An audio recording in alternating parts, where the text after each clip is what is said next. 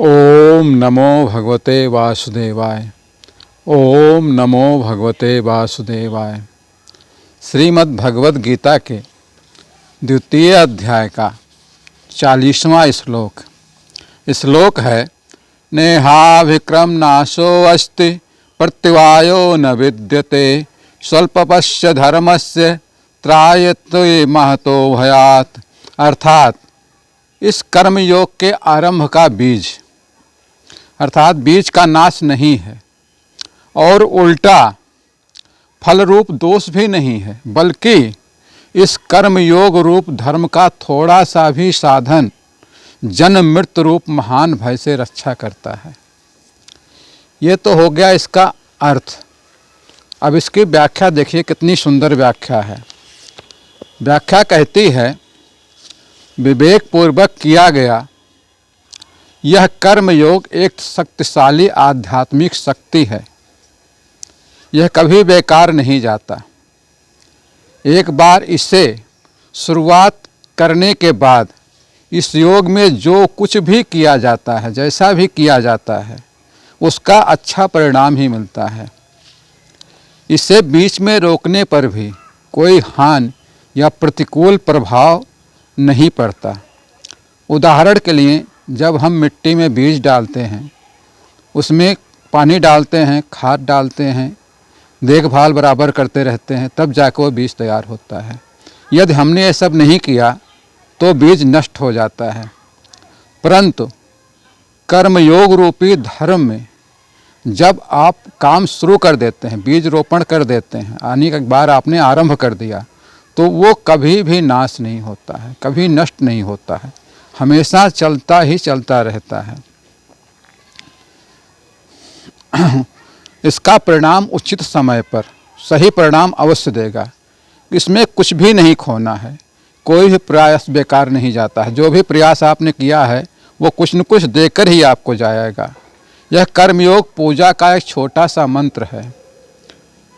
इस पर विश्वास रखें और यथासंभव इसे सर्वोत्तम तरीके से करते रहें।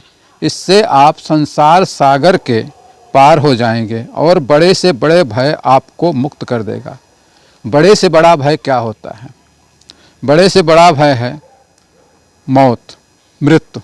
उससे बड़ा कोई दूसरा भय नहीं है।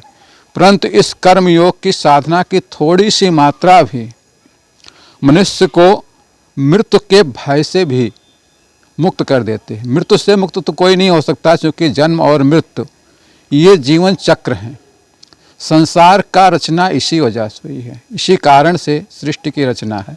जन्म और मृत्यु ही उसके मुख्य कारण है सृष्टि की रचना के। इसलिए मृत्यु से कोई मुक्त नहीं हो सकता। लेकिन मृत्यु का जो भय है, उससे कर्मयोग रूपी धर्म का जो एक साधन है, वो आपको उससे मुक्त जरूर कर देता है। जैसे उचित आहार के साथ ली गई थोड़ी सी दवा, अगर उचित आहार आपने लिया है, परहेज किया हुआ है, और थोड़ी सी दवा भी लेते हैं, तो भयावह से भयावह रोग को भी आप दूर करने की क्षमता पैदा हो जाती है, दूर कर देते हैं। यह घोषणा प्रभु समस्त मानव जात के लिए करते हैं कि एक उत्साहवर्धक आश्वासन है भगवान श्री कृष्ण का कि यदि आप कर्मयोग धर्म रूप से प्रॉपर तरीके से सही तरीके से करते हैं तो आपको उसका परिणाम अवश्य मिलेगा। लेकिन आमतौर पर होता क्या है हम लोगों के बीच में? हम लोगों के बीच में हतोत्साह करने वाले जो विचार होते हैं, हतोत्साहित विचार जो होते हैं, वो प्रगति में सबसे बड़े बाधक हैं। उसी की वजह से हमारी प्रगति रुक जाती है। और प्रगति रुक जाने की वजह से, प्रगति में बाधा की वजह से क्यों है? क्योंकि हम उत्साहहीन हो जाते हैं। उत्साहहीन विचार, हतोत्साहित विचार, ये हमें रोक देते हैं। इसलिए हमेशा उत्साहित होकर भगवान के वचनों पर विश्वास करके, भगवान कृष्ण ने सबको आश्वासन दिया है और वो कहते हैं कि थोड़ा सा भी अगर आप करोगे सर्वोत्तम तरीके से, तो इसका परिणाम आपका सर्वोत्तम ही होगा। यह मेरा वादा है। समस्त मानव जाति से वादा करते हैं भगवान कृष्ण। ये हो गया इसका श्लोक और अर्थ। अब इसके अगले श्लोक के लिए फिर मिलेंगे। तब तक के लिए श्री कृष्ण शरणम मम, श्री कृष्ण शरणम मम।